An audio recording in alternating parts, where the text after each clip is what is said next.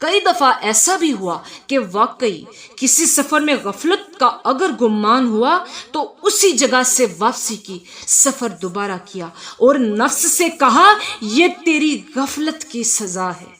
ہر ماہ یکم تاریخ کو دربار لگتا تھا جس میں سب کو کھلی کچہری میں بلا خوف بات کرنے کی اجازت ہوتی تھی، جس کو جو بھی شکوہ شکایت یا مدعا بیان کرنا ہوتا مختلف انداز میں ہائی کمان کے سامنے پیش کرتا۔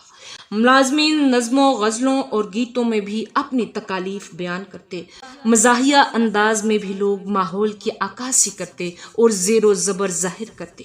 ایک جوان نے ایک نظم ریک روٹی پر لکھی پڑی۔ اس کا مطلب یوں تھا، اور تینوں آکھیا سی پرتی نہ ہوئیں گا ذلیل سجنا۔ بہت داد ملی۔ دوسرے روز ہم نائٹ پاس گھر جا رہے تھے، بس میں خیال آیا مجھے بھی لکھنا چاہیے۔ مانگا منڈی سے 1 روپے کی بال پینسل لی، سگریٹ کے خالی پیکٹوں سے گلاسی کاغذ نکال کر جیب میں رکھ لیے۔ 2-3 منٹ کے بعد ذہن میں ایک نظم کا مکھڑا ابھرا۔ مطلب یوں تھا، ہٹ جا کاکا من لا اکھا، جے پرتی ہو جاویں گا، ریک روٹی یہ مشکل ڈاڈی پھر پیا پچھتاویں گا۔ یہ نظم ہماری شاعری کا آغاز تھا۔ اس سے پہلے ہم نے کبھی منظوم نہ لکھا تھا۔ اس میں ہم نے وہاں کے ماحول کی عکاسی ہو بہو پیش کرنے کی کوشش کی۔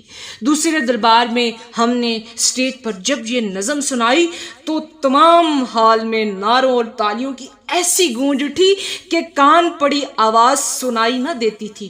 استاد حضرات تو مجھ سے ایسے خائف ہوئے جیسے صحافیوں سے آج کل کی گورنمنٹ۔ ایک استاد علیحدہ مجھ سے ملا، بڑے پیار اور عاجزی سے بات کی کہ اے فورس کے شاعر، ہم سے ہاتھ اٹھائے رکھنا، ہم آپ کو کوئی تکلیف نہ دیں گے، نہ فالتو ڈیوٹی لیں گے۔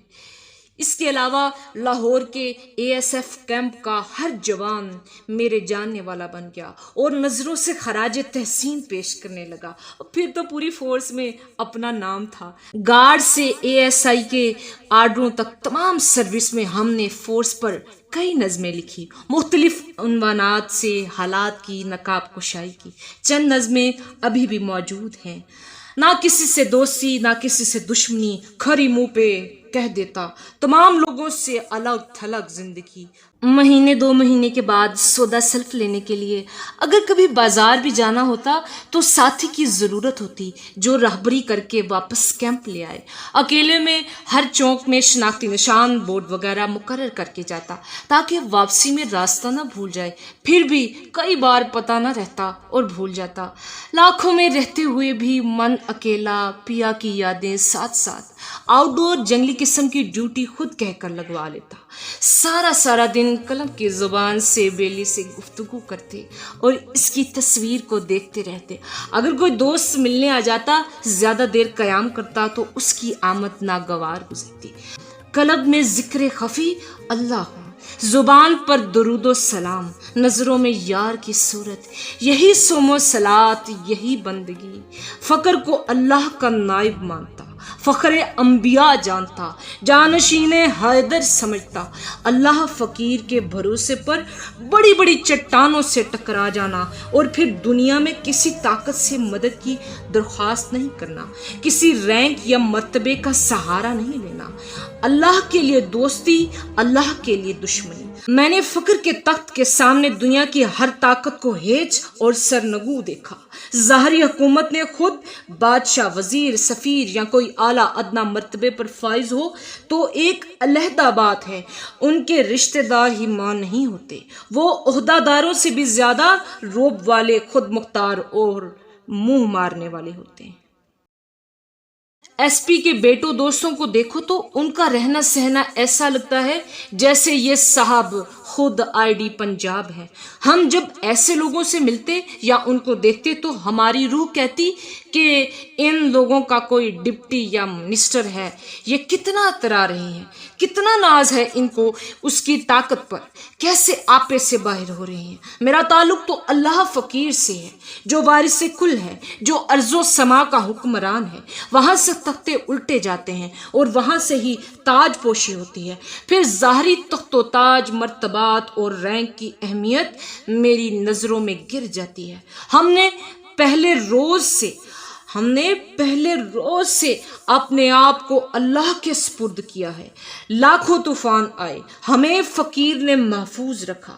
جب کبھی کوئی مشکل وقت آیا تو زبان سے یہی نکلا, یا اللہ تجھے واسطہ ہے, یا اللہ تجھے واسطہ ہے تیرے محبوب کا, مقام فقر اور شان فقر کا, کہ صدقے میرا مان اور یقین رکھ لینا. میں نے فقیر کو لا فتح اور سپر پاور مانا ہے. پھر مشاہدے سے دیکھا تخت فقردہ قائم تے دائم شوکت, تخت فقردہ قائم تے دائم شوکت, لکھاں ہون شائیاں تاراج بیلی.